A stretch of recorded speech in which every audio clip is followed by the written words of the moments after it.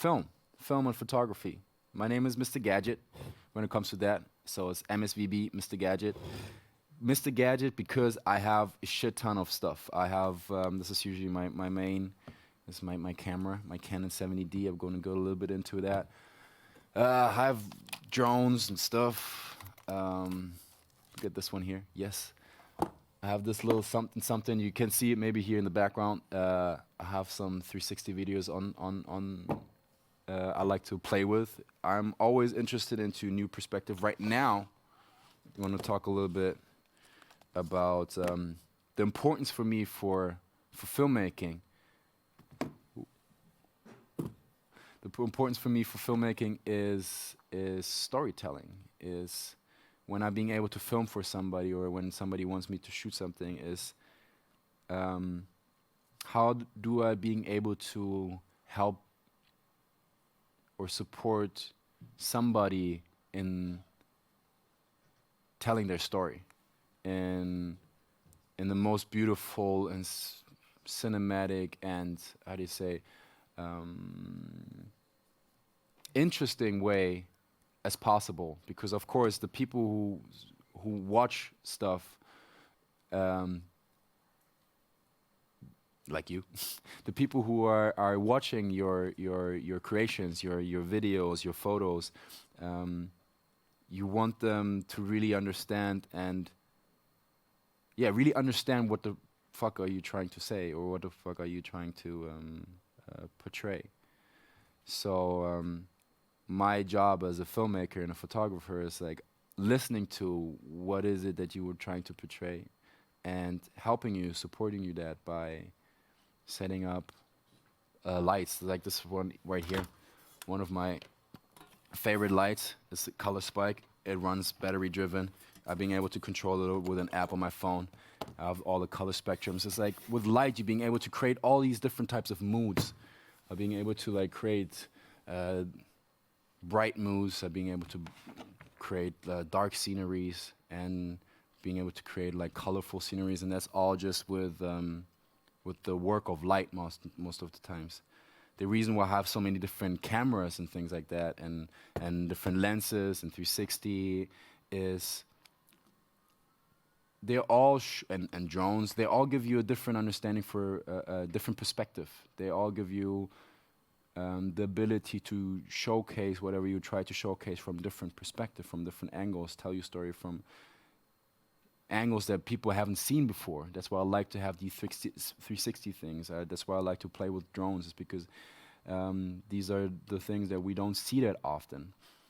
But on the other side is, for me, most important is really, it's not necessarily all the fancy gear and stuff that you have, is the storyline, and therefore it doesn't necessarily matter what gear you have. You can start with what I'm doing right now a lot is a phone.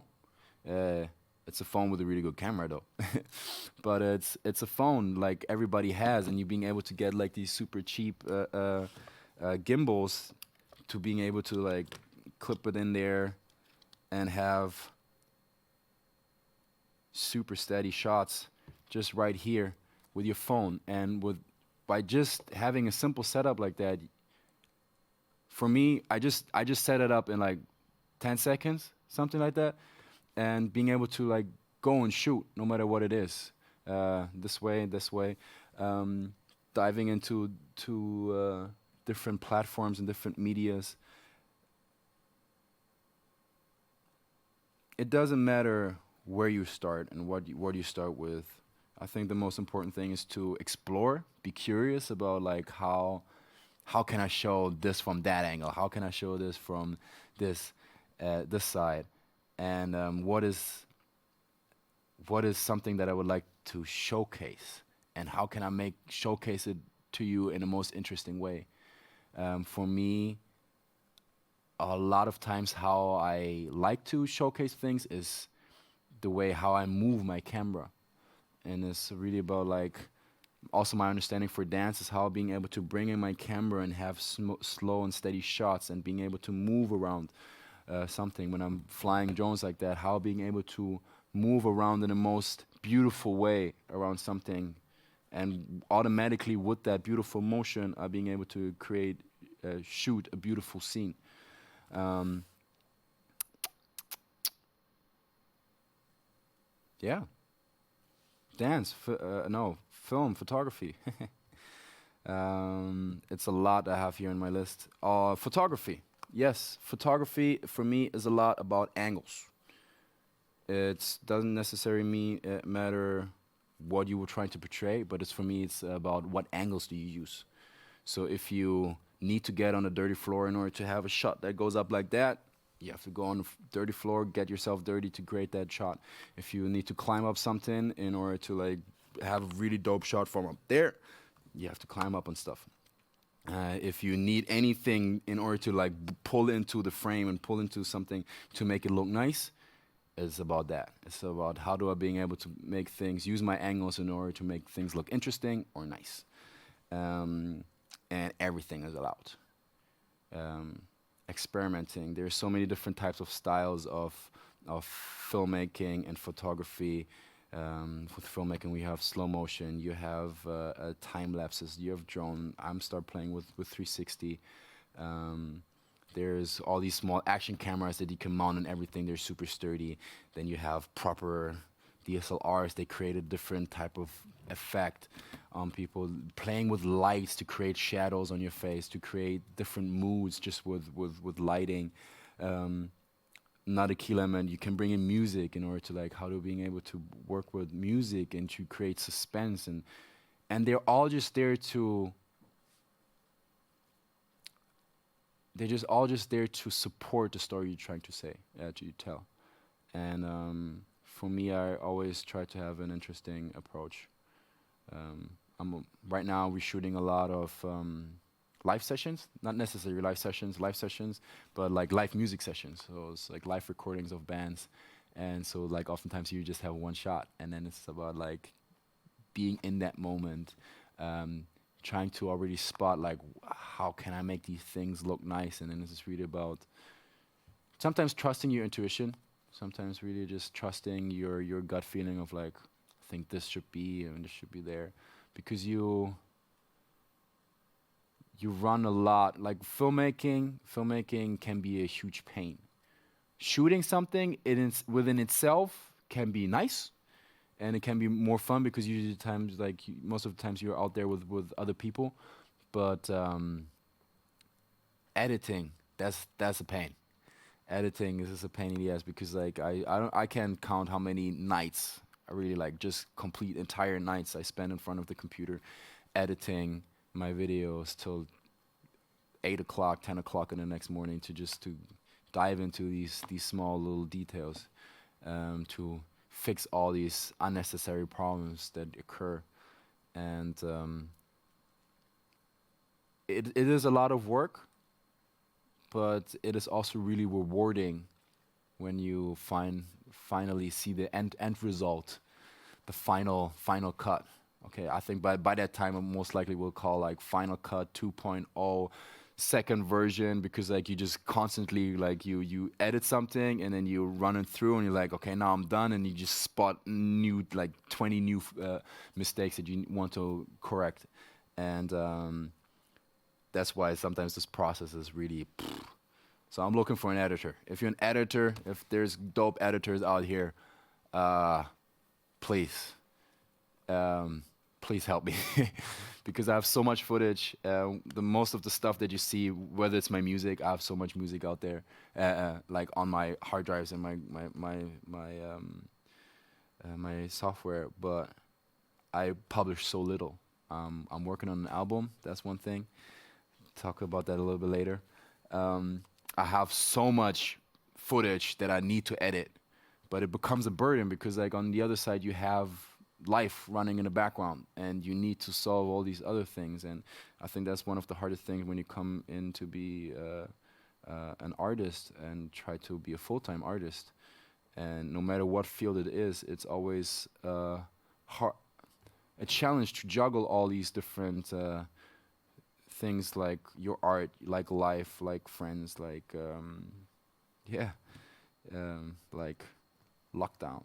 Hey, um, there are so many different things that are coming in that you have to work your way around, and sometimes like having your dreams and your visions is one thing, but you still need to accomplish certain things within your life, so you have to put your dreams aside and behind. So it's like I'm constantly trying to catch up to my vision and my dreams and the projects that I used to do or have been doing, and creating new projects, but also being able to finish these things and release them into the world, because I believe there's so many artists out there we haven't heard of yet. Why? Because they just keep on creating and keep on creating and keep on struggling in life, because art is crazy underfunded, as everybody's consuming it, and I think it made a lot of people's life easier and more vibrant over the time, difficult times, especially like these difficult times we were all facing with the lockdown. And on the other side is all us artists. I was used to do something with Daniel with the Arts Museum, and all these shows like they were poof. And then I just started my dance program out of the box, and poof, and these things just um,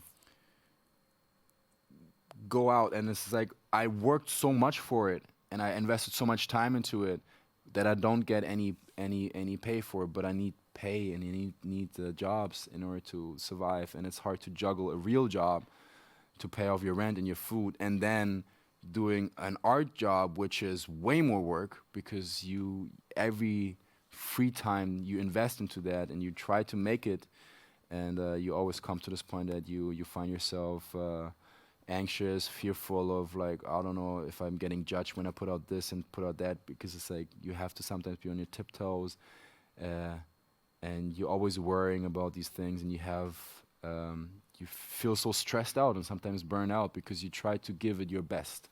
Like all of the art creations that people do is it's like a little baby that you send into the world. It's like your little creation, and you want to give it your best, and you want that people appreciate and like it. And there's so much fear for this judgment that what if I create something that people don't like? Or I've been in that situation many times. It's like I created a lot of things and I put it out there and there's no response. It's like 20 people, 30 people like it. And then there's other problems. It's like looking outside and seeing it's like, oh, there is so many other people who have way more reach and way more influence and are way more popular than me, and do I even matter? And what I'm trying to learn, and that's why I'm really set myself with my album. It's called Body, Mind, Soul. It's all the music that I created since the lockdown started, is to set myself a deadline. And I'm gonna drop that album in July, and it's gonna be 11 songs. And I have to give a quick shout out to Corona, because it really gave me this opportunity. Like having this, having the world to be on a hold and being on a lockdown allowed me to focus on the things that is also important to me. And music is a huge element for me. And I would like to be working musician and combine that with my visuals and my dance and being able to live from it, which is harder than you think.